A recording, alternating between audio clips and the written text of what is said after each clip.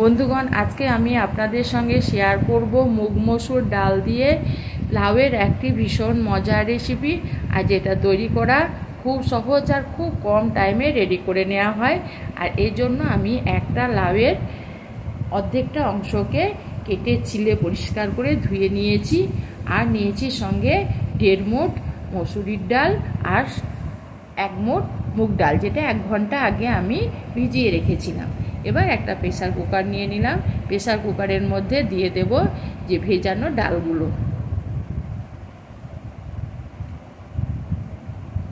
এবার আমি এখানে দিয়ে দেব অল্প একটু জল, কারণ আমার যেহেতু ডালগুলো ভেজানো ছিল সেহেতু বেশি জলের প্রয়োজন হবে না। এবার আমি এখানে দিয়ে দেব যে লাউগুলোকে আমি কেটে ধুয়ে পরিষ্কার করে নিয়েছি, সেগুলোকে দিয়ে দিলাম। এখানে এবার আমি দিয়ে দেব 1/2 চামচ হলুদের গুঁড়ো আর দিয়ে দেব পরিমাণ মতো লবণ আর হলুদটা দেওয়ার পর আমি মিশিয়ে নেব লাউ আর ডালের মধ্যে। এবার গ্যাসটা বন্ধ করে আমি 2টো সিটি তুলে নেব।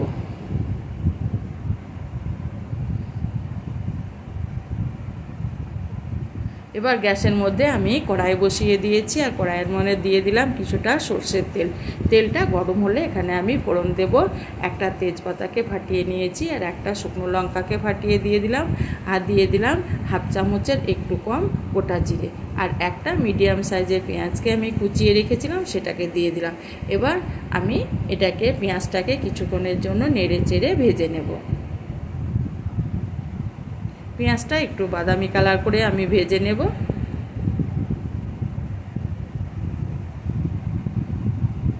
পেঁয়াজটা আমার ভাজা হয়ে গেছে। এবার আমি এখানে দিয়ে দিলাম 1/2 চামচ আদা বাটাটা দেওয়ার পর আবারও আমি কিছুক্ষণের জন্য পেঁয়াজের সঙ্গে আদা বাটাটাকে কষিয়ে নিলাম। অন্যদিকে একটা বাটির মধ্যে আমি পরিমাণ মতো হলুদের গুঁড়ো আর স্বাদ মতো লঙ্কার গুঁড়ো আর 1/2 চামচ জিরে গুঁড়ো, 1/2 চামচ ধনে গুঁড়ো আমি একটু জল দিয়ে ভিজে রেখেছিলাম, সেইটা দিয়ে দিলাম। এবার আমি নেড়ে চেড়ে কিছুক্ষণের জন্য কষিয়ে নেব।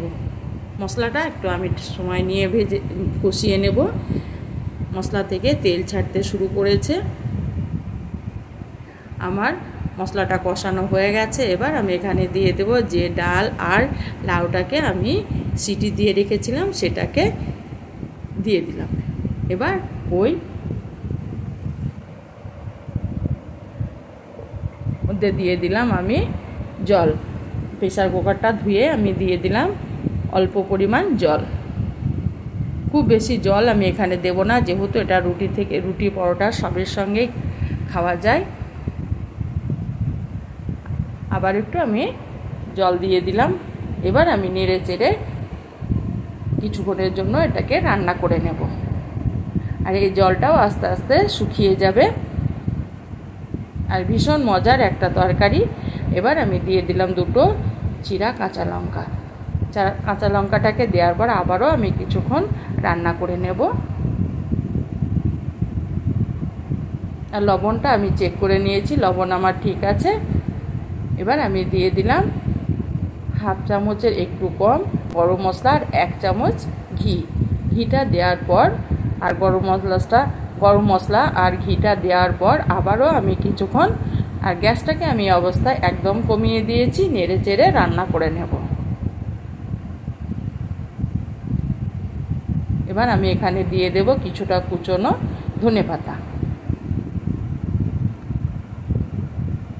ধনেপাতাটা দেওয়ার পর আবারও আমি নেড়ে চেড়ে মিশিয়ে নেব ধনেপাতাটাকে। এটা ভীষণ একটা মজার রেসিপি।